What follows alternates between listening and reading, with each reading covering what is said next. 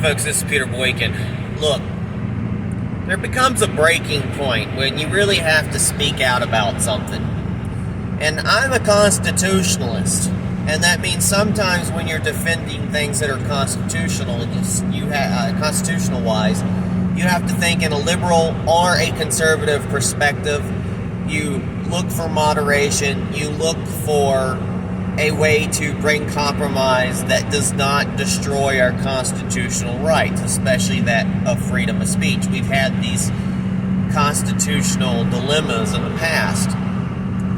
And I, for one, have taken up for not banning things like drag queens or drag queen story time, or questioning some of the motives that people want to generalize the whole LGBT community.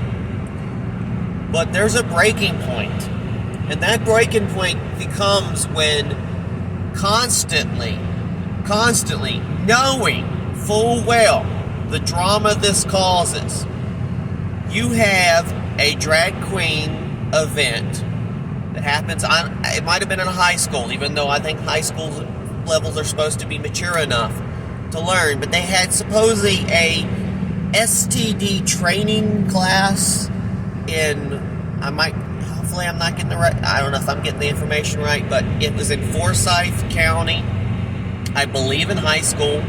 I might be wrong. You had a drag queen talk about STDs. Now, for one, our children need to learn about, subjects at a mature level because of the amount of STDs, the amount of unplanned pregnancies, etc., that's been going on. Our children are getting sexually, way too young for their age. This isn't the turn of the century. Our lifespans are longer, and children should be children as long as children can remain children. But, there's a lot of sex being pushed throughout my whole life to children.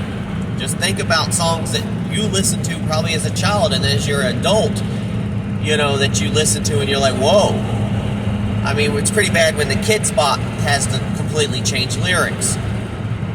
But my breaking point is when a drag queen decides to not only teach about STDs in a public school, public setting, they want to grind and do a lap dance on a young student.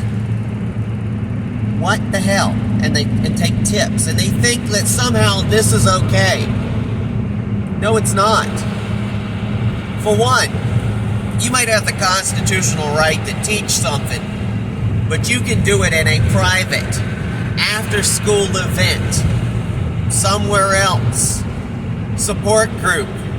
Have a class that you say, hey, well, we're going to talk about adult issues, but this is after school, where parents and students can decide if they want to attend that event.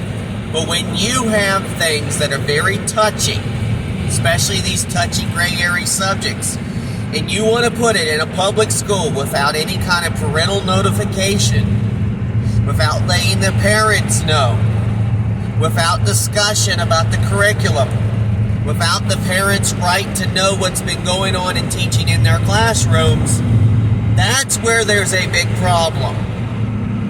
And as a sane gay man, I want to let people know I ain't got nothing to do with this. We know better as mature adults that subjects have to be taught properly in a right environment. We need gimmicks and everything to teach things. I was taught in high school and gym class about STDs and stuff, and I'm not saying you can't talk about heterosexuality or homosexuality or other things, but make sure it's mature and mature topics, and make sure we're not doing lap dances. School is not a place for stripper acts. No. We wouldn't want, if there was a man grinding on a teacher, which it was, a man in drag grinding on a girl in class, a underage girl in class, gay or not, it's not right. Now, if I become Lieutenant Governor of North Carolina, I get to sit on the school board, and I can help my fellow people get parental rights. And I'm not sitting there talking about banning everything, because that's wrong too. And it's a slippery slope. But we need to have a set curriculum that the students, teachers, whatever, the parents decide in their certain area. And there might be areas where they like this and they're okay with it. But that's going to be decided by the parents. And if the parents want to pull their kids out of those crazy schools and self-teach and homeschool and do other options, or move out of those areas to teach their children the way they want to be taught, that is those parents' rights. But you cannot force these on kids. It's wrong. It's absolutely wrong. And so that's my breaking point. I will play devil's advocate all day for people's rights, their constitutional rights. But grinding on kids, no. Doing this kind of behavior not only makes the whole LGBTQ plus community look bad, it makes straight people look bad as well. And then we get generalized, and then there's hate against the whole community because of individuals and individual groups that do this.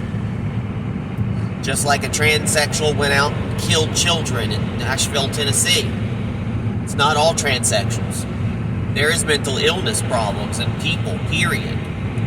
There's something we have to do about it that both preserves our constitutional right to carry and have weapons, but also protects us from those who are mentally insane. What can we do?